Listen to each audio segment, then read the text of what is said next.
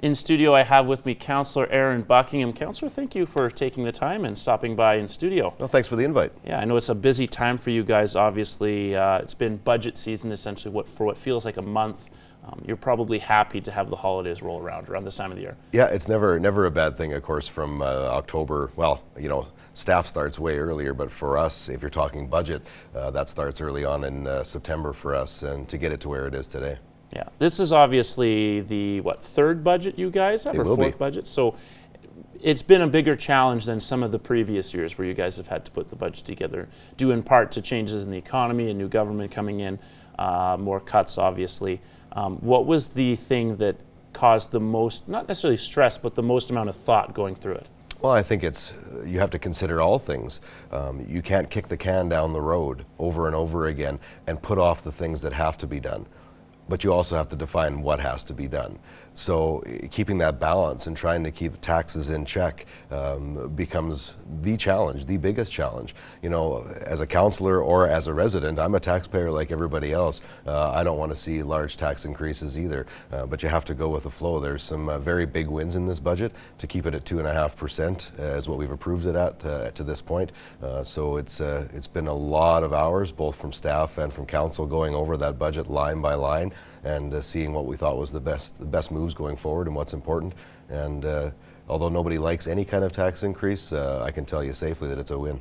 Yeah, it's a 2.5 tax levy increase while keeping service levels the same. Right. Are there any other highlights for you for the year? Obviously, this was the busiest portion of the year that has probably had the most scrutiny from residents and stuff, certainly. Anything else that stood out to you from your past year, 2019? Well, there are a lot of things that go on. We didn't have the best weather this year to keep that road construction and things like that going, with over 30 rain days in the construction season this year. To be able to finish a lot of the projects that we started, almost 95% of them, is really also a big win this year with street improvements and everything else we were able to do, even with that many rain days. It was a really big feat by our engineering team. They did a great job. That I'm sure people can understand, considering summer activities were at a minimum, unfortunately, this summer. Agreed.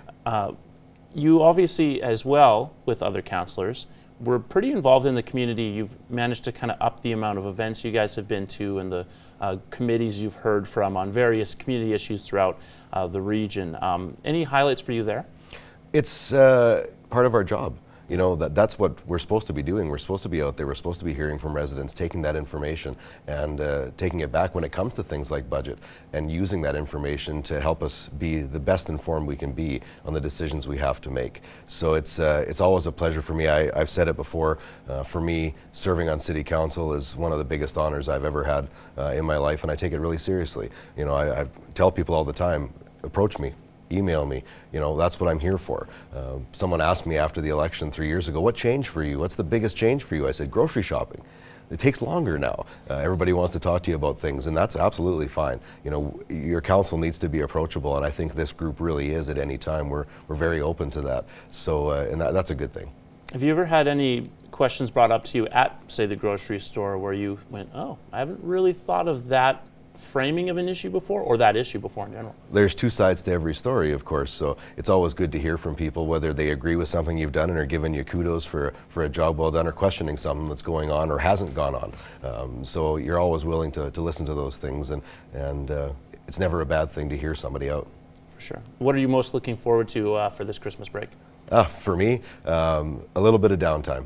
From the 20th, I'm going to take 3 days. I'm going to be off from the 23rd to the 26th, which will be a nice break for me. So it's a busy time of year for us leading up to it, and it's been a busy and I would say successful year as far as the city goes. Okay. A couple of quick rapid fire questions for you as we finish up. Who takes the longest to get a cup of coffee at City Council? Ooh, that's a tough one. Let's go with Councillor Torreson, but it's not always coffee. He likes his caffeinated beverages as well, not the heated ones, the cool ones. So, who has the best singing voice behind the scenes on City Council? Oh, boy, I'm going to take that one. Okay. Yeah, I do a little karaoke here and there, and have been in some bands from time to time, and have done a bit of singing. So, although I'm not good at it, maybe I'm the best of the worst. And what Christmas film will you and your family be watching this holiday season? It's been the same for years and years. National Lampoon's Christmas Vacation is an absolute steadfast in our house, and a season doesn't go by without it for sure. That certainly is a common one. Thank you, sir, for joining us today. Appreciate the invite. Cheers.